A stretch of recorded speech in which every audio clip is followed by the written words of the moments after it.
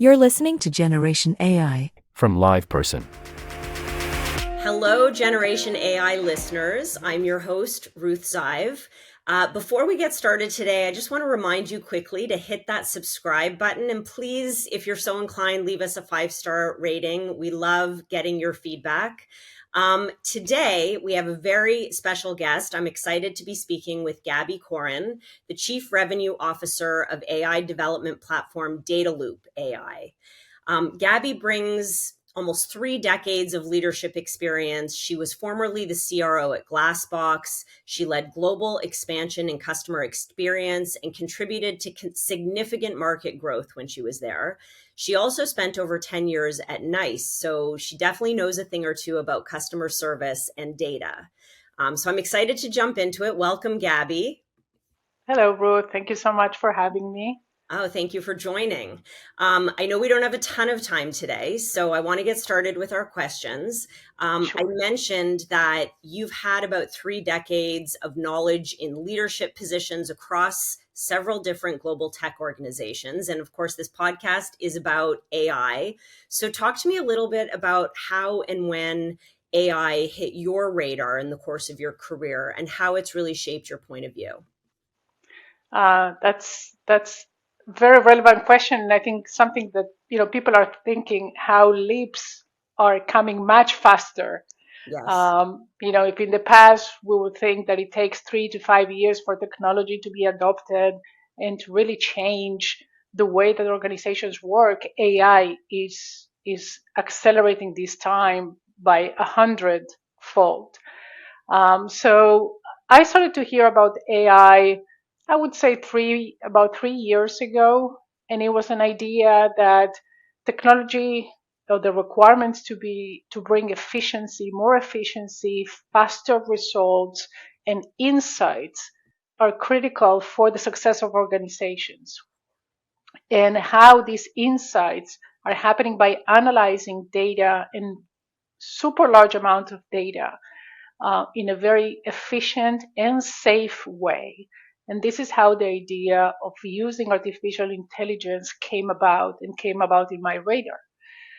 It also pushed organizations to bring and to show value much faster. It's not just about having technology and offering technology, and I've been in technology all my career, but it's what is the value that it brings to organization. And I think this is the key where companies differ and differentiate between each other.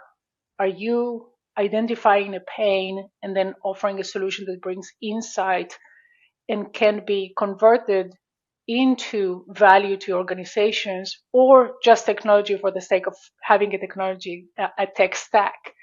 So this is how it came in my radar, and it made me better as an executive because I'm hyper-focused on value and insights. You said so many interesting things. That's great context on your career and your perspective relative to AI. I love the way you sort of characterize that data underpins this whole phenomenon around AI and how businesses, the imperative is really around connecting the dots between the technology and the business outcomes that the technology delivers. Could you maybe talk a little bit more about that? Like, what business outcomes, what practical outputs are businesses hungry for, and how do you connect the dots? Because I agree with you. You said like technology for technology's sake. There's a lot of white noise in the AI space. And I think that's where brands are struggling. How do they translate the technology, the word AI, into something that is useful for their purposes? Sure. So I think that everything begins and ends with the use cases that organization wants to execute on. Throughout my career, especially the last roles and the last companies that I worked for, it was all about taking actionable insights into improving customer experience and customer journeys. So how are you able to take all the data that is out there, analyze it in such a way that you can say, how can we be better? How can we understand intent and how can we predict what customers are looking for. So then you convert this into the technology that you offer, the solutions that you offer, in order to remain relevant, in order to be ahead of the curve, in order to differentiate yourself from the competitors. And I think that any business that you look at, any industry, any country, everybody wants that. The competition is fierce. Social media makes it all available out there. So, you go into LinkedIn, you see in your feed, everybody's telling the story, everybody is talking about what they do. And how can you make yourself relevant? How can you convert these insights into the needs? And how do you address the pain that the customers have? It all boils down to that. So companies, and you can see companies that talk value, companies that understand what customers are looking for, and can make a compelling ROI. These are the ones that really grab the attention. And as you know, and you've been talking about this in previous podcasts, the attention span is very, very short. Yep. So, people can spend, you browse through a website, you go and you look at the company, and in a matter of seconds, you decide if you want to continue or not. You listen to a podcast, and within 10 seconds, you can understand if you want to continue listening or not. Yep. So that forces organizations to be better. And it all boils down to the data, right? The data that you have, how do you make sense of it? How you analyze it, regardless of the type of data, because it's never anymore one type. So you need to take it all, you need to analyze it quickly, and you need to say, okay, this is what I'm looking for exactly. This is what my customers are looking for. This is the intent that they show me. And now I need to do something about it. So I need to position myself better. I need to express myself better. I need to have functionality that people are looking for, and I need to make it easier for them to use. And it takes a lot of analysis and a lot of time to get there, right? And to have that culture. But companies that do it are the ones that really stand out. Yeah, I agree with you. These are areas where we are certainly laser focused at LivePerson. You mentioned the customer experience. I know you have many years of your own professional experience in that domain. And this is where I operate as well. So when you think about business outcomes, we're looking at how AI can make support agents more efficient, can allow customers to self-serve, can deliver the right and resolve the right intents inside of the right channels, can route certain intents to the right agents, all of those very practical use cases that ultimately drive efficiency and lower cost and also increase customer satisfaction. Those are all, customer experience, customer support use cases. So two questions. One, do you think that domain is really where AI is best positioned to deliver business value today? We do see it rolling out very much so in that customer experience and particularly on the success side. So just wondering if you think that's, the lowest hanging fruit opportunity. And then in your own role now as CRO, what other non-support or customer success use cases are you most bullish about? That's a great question. And I think that you define it perfectly. So there is the low-hanging fruit, which is customer experience and support and contact centers. And these are the kind of the classic areas where we see these needs.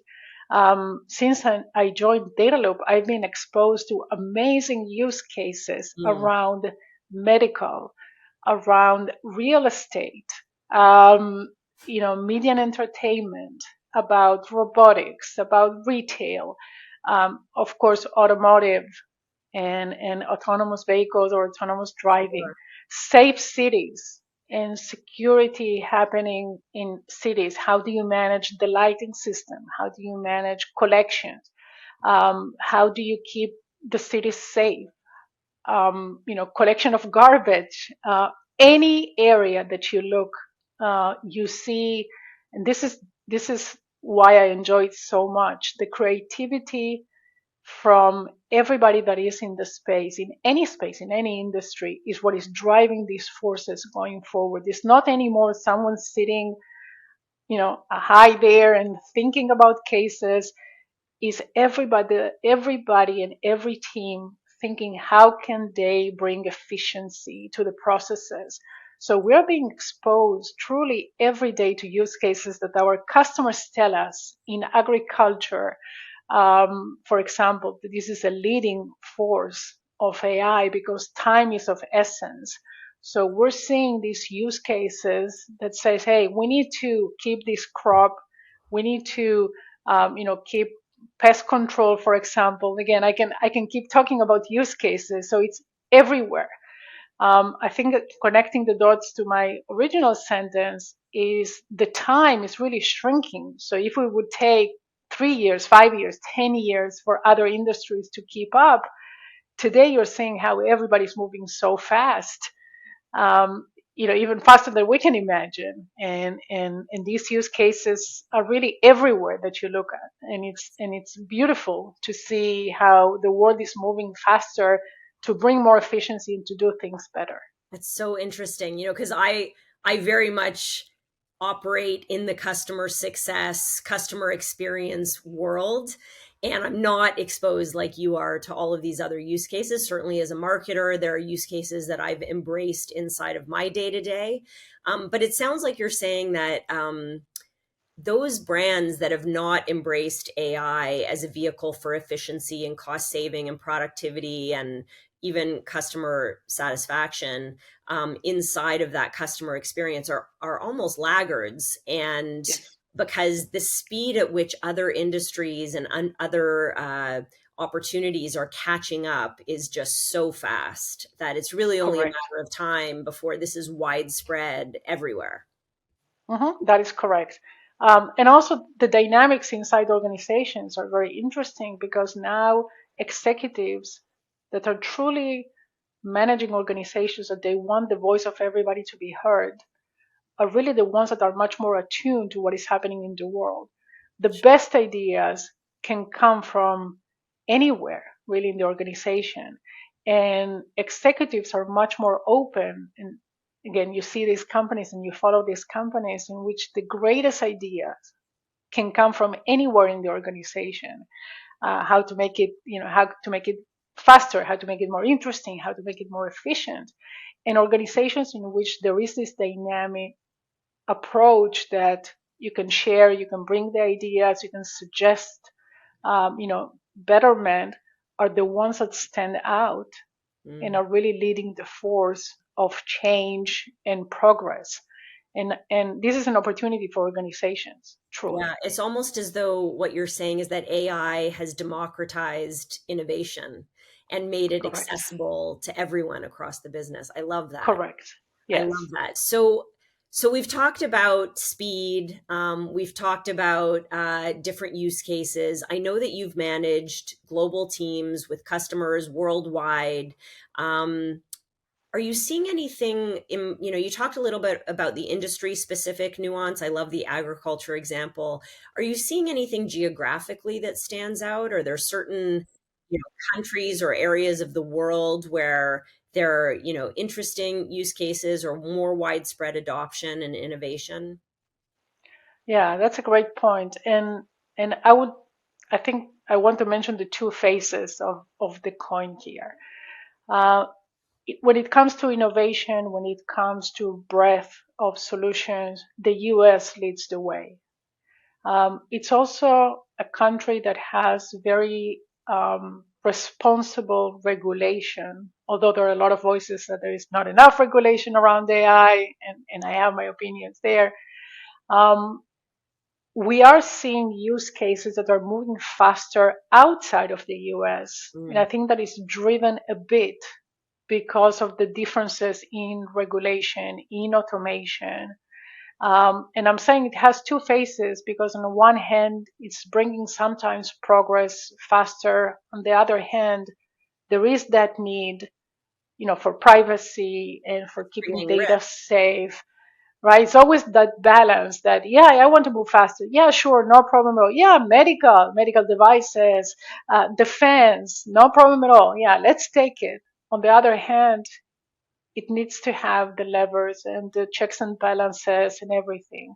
So the differences are not so significant. What we see in the US, we see in EMEA, we see in APAC, in other places, that is coming from a drive. It's also coming from the fact that communication is so open and so vast, and global organizations are driving this communication internally, so everything is moving much faster. But in terms of use cases, we do see the differences in certain industries, how some countries are moving faster than others, in my opinion, very much driven by the levels of regulation and how to keep data safe. Well, so we see that pressure, that sort of friction between innovation and regulation Right. by the vendors that are creating these technologies. How does a brand that wants to adopt AI technology strike a healthy balance between, being innovative and leveraging these new technologies and ensuring that they're doing so in a responsible and safe way? Um, I'm glad that you asked that, because now I have the chance to to mention my company as well. I think that it's very important to partner with vendors that see security and safety and availability of regulations as part of their core offering. So solutions are a ton out there, and there is a lot of competition everywhere. But there are vendors that really care about protecting the data and ensuring that the technology is safe and it was developed in a responsible way.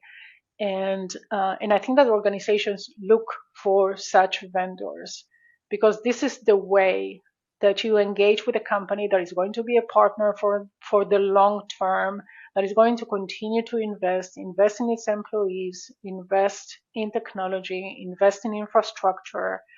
And it's all a chain. It's truly a relay race in a way, between the vendors and the customers and the employees. So I think this is how companies, they need to vet the different vendors. They need to ask and see pilots. They need to see technology in action. They need to talk to several stakeholders in the organization to Yeah. see what are their values. How do they treat the data? What is going to happen to my data? Who do you partner with? What type of certification do you have? And if you don't have the certification, what's the reason? And this is how companies keep their data safe and their processes safe as well, with vendors that are going to be partners for the long term and not for the short term. I agree. Because of the democratization of the technology, it seems as though every vendor is an AI vendor, and I put that Exactly. in Yes. quotation marks. Every tech company has the word AI or has a value proposition around automation and AI. And brands do need to be discriminating. They have to do their due diligence and ensure, especially Correct. large enterprise brands and regulated industries. They want to make sure that they're partnering with a vendor that understands the complexity and sensitivity around data protection and privacy. And totally Correct. agree. Certainly at LivePerson, we share those same values and that perspective. Mm-hmm. So, a bit of a fun question, given your experience and your perspective on AI, I want you to look a little bit out into the future and share a little bit with our listeners about what you're most excited about. Where do you see this technology going? What do you think the world is going to look like 5-10 years out? And why are you excited about that? So I'm always excited about technology. So I love how technology is making things better. So this week I got a note for my kid that is in school. He's in middle school, and she was upset that he used AI to write an essay, Hmm. and she gave him an incomplete for that. And immediately it got me thinking that, of course, he shouldn't do something that he's not allowed to do. but I'm very excited about what AI and what technology is going to do in areas that take time to embrace change. And I think that education is one of them. Totally agree. You know, uh, the medical field, how to break the barriers between um, diagnostics and quicker treatment and availability of resources around the world when the world is so different in different places. So how technology take these areas? I mentioned safe city. I'm very excited about that. So how the way that we drive, the way that we travel is going to change going forward, how families can become closer because this technology exists. This is what makes me excited, and I do think that organizations like ours really can bring these technologies and make it available for others and accessible in different areas of our day to day and our business. And this is what makes me very excited. Whether it's going to take 3 years or 5 years or 10 years, your guess is as good as mine, but I think that the appetite is there, Totally. to embrace change and to make it more accessible. This is what makes it really, really exciting.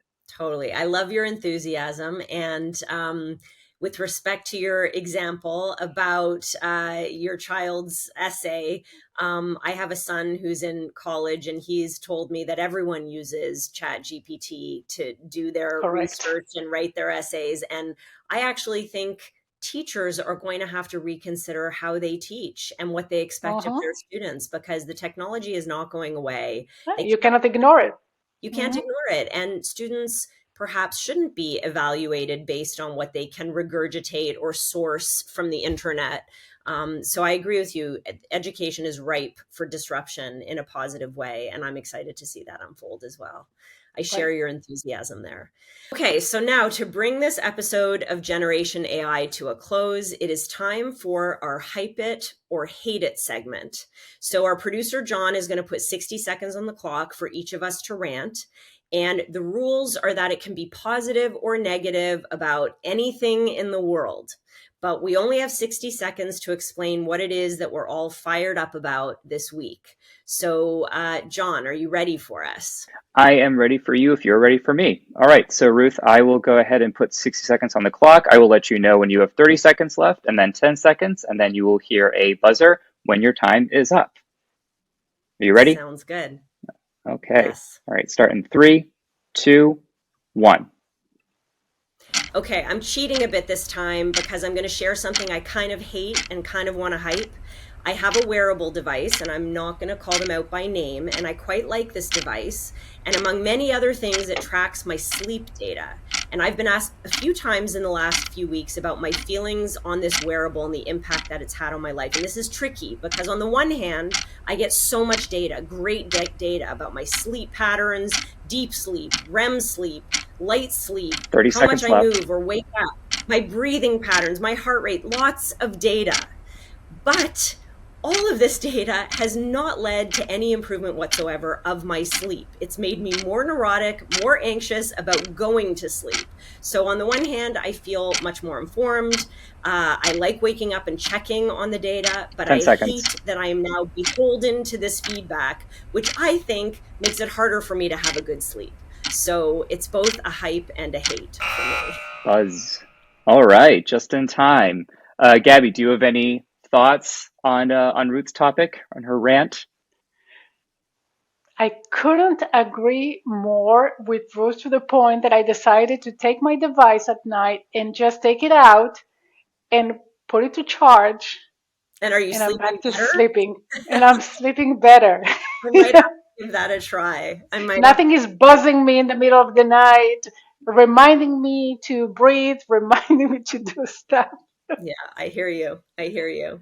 All right, well, Gabby, you're nice and warmed up for your crack at this. So I'm going to put 60 seconds on the clock for you, and same deal. I will let you know when you have 30 seconds left, and then 10 seconds, and then when you're done. So go ahead and put 60 seconds on the clock, and start in 3, 2, 1.